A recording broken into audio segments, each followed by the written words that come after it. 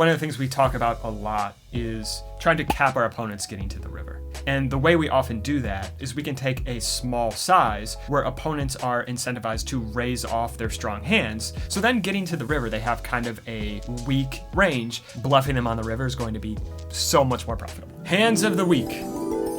Well, we got Gethen a replacement finally. We got Charlie today from the Third Man Walking podcast. What's going on? How do you feel about stepping into Gethen's shoes? I'm very nervous. We're going to talk about 4-bet pots. So we're playing 25, 50, 100. Coin Flex Man. I love the name Coin Flex Man. Yeah, I think we've already reached an important question in the hand, which is, do you think he's still called that?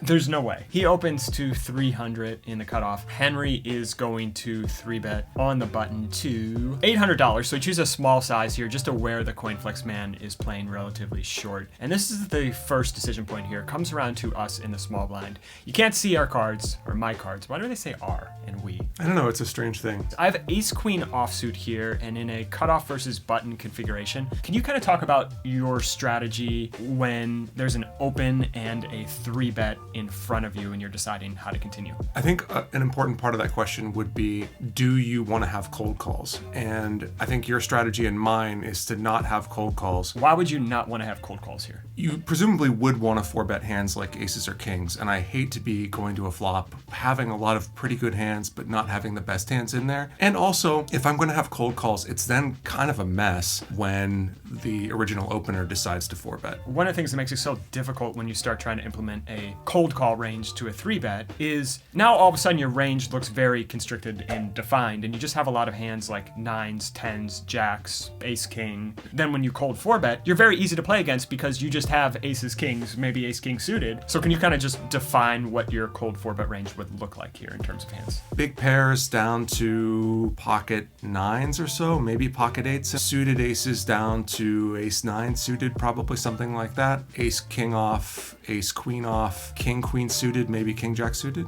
So just very good hands, that top left corner of what Gethen calls the hand balloon chart. The hand balloon chart. The left-hand snippet of the hand balloon chart. And we're not going to have things like ace 5 suited here because it doesn't make sense to be cold 4-betting hands like ace 5 suited and then folding hands like ace 10 suited. One thing I think we do need to take into account here is Henry is 3-betting a very short stack. So I would think here this weights Henry possibly towards stronger hands than if Coin Flex Man started this hand 20, 30k effective. So in this specific scenario, I may even tighten it up a couple pips. I still kind of like ace queen off because we can dominate ace 10 suited, ace jack suited, ace 5 suited. I elect to go 2400, which is kind of like my standard cold 4-bet size out of position. I think that's a mistake. Number one, we start off greater than 400 big blinds deep here. And I think when you're deeper, you just want to choose bigger sizes. Number two, we already know that Henry has a pretty good hand when he 3-bets a short stack open. And number three, we're playing on stream and people just don't fold in positions. So what size do you think would be better here? I think somewhere between 4 to 5x is much better than the 3x size I chose. Yeah. So I do put in the 4-bet to 2400. Henry kind of eyes my stack and he is finally going to elect to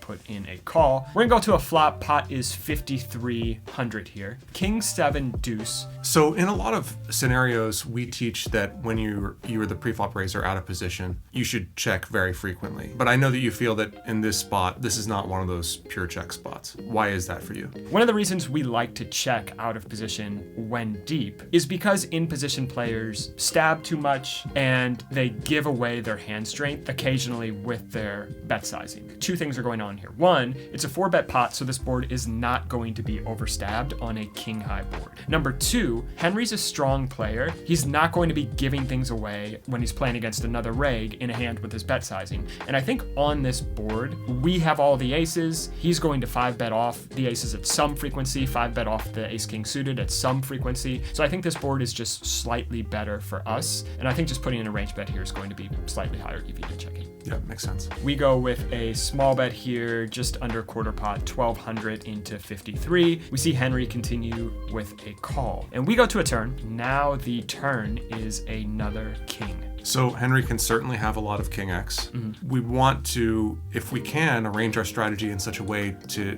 figure out if he has a king. I'm not sure if that's going to be possible against a player like Henry, but that is something I would be worried about here. One of the things we talk about a lot is trying to cap our opponents getting to the river. And the way we often do that is we can take a small size where opponents are incentivized to raise off their strong hands. So then getting to the river, if they raise off all their strong hands on either the flop or the turn, by the time they get to the river, they have kind of a weak and kind of defined range. If they don't just get to the river with a range that looks like the nuts, second nuts, and third nuts, bluffing them on the river is going to be so much more profitable. In this specific scenario, I'm not sure betting small, Henry would raise off a hand like King Jack suited, King Queen suited. If we were facing a weaker player, then betting small here would be really appealing with the idea of blasting river because they're not going to have King X very much once they just call a small bet. Playing devil's advocate, even if he doesn't raise off his King X, maybe just choosing a small size here is nice because it forces Henry to continue with pretty much any pair. Right, we still keep him pretty wide. Yeah, and by betting small, we're still saying, hey, we can have aces here. We can have queens. We can have jacks. We can still be repping hands by betting small here that are not just ace, king, king, queen suited. And by doing that, it kind of makes Henry's life a little bit more difficult getting to the river because it forces him to continue so wide on the turn. The two options I'd be considering on this turn are the small size, which we just talked about, or start to polarize and go with a big size here and say we're repping trips or a bluff. I feel like if we go with the big size, it's sort of a shutdown on the river type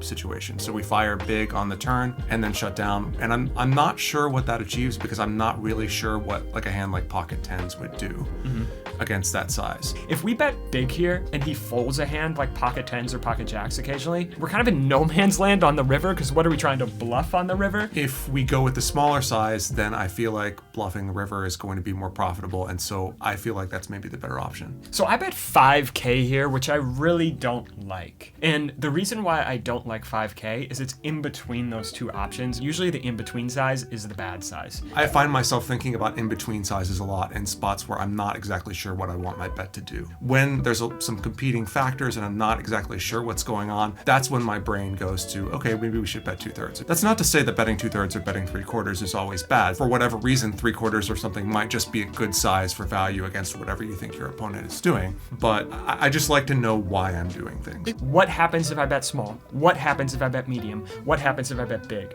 Choose the thoughts before you choose the action and then come up with reasons to support each thought. Because if you choose the action, you're going to have cognitive dissonance and come up with reasons why that action is good. Right. All right, so we go 5K, which is a horrible size. River is a jack, and I don't like to see this river because my plan was to triple barrel here. Right. So I think his range getting to the river is going to look something like this. Some ace king, some aces, although that gets 5 bet off at a frequency. Queens, jacks, king queen suited, king jack suited. And what I was thinking here is my image is tight. I'm kind of perceived on this show as a little bit nitty. A lot nitty. If the river is a blank, I think queens fold pure. I think aces fold pure. Tens, if he gets there, folds pure. Because what does it look like we have when we triple barrel on this board? Now, I guess the situation is interesting when we see this exact river. We went to the river with a plan. How should we change our plan when we do have to be concerned with him having river to full house? So how concerned are you that he could have jacks here? I'm pretty concerned. How concerned are you that he could have hooks? I'm pretty. I like how concerned are you that he could have John Jawanda? Oh, I like that. How concerned are you that he could have jiggities? JJ Reddicks. Ooh, that's good. Jaron Jackson Jr.'s. that would be trip jacks, right? Yeah. So I think on this river we're just running into a lot of boats. And I think when I choose the big turn size that, maybe sometimes hands like 9s or 10s get out of the way. So I think the only folds we're getting on this river are maybe pocket queens. Bluffing that range to me seems a bit precarious now when he just has so many full houses in his range. This is one of the rivers where I think I would probably shut down for that reason. A jack or a 10 are the rivers I really don't want to see here. Yep. I would have loved to run the triple here. The plan was to run the triple, but I kind of pull an audible here and decide. Pretty interesting hand either way.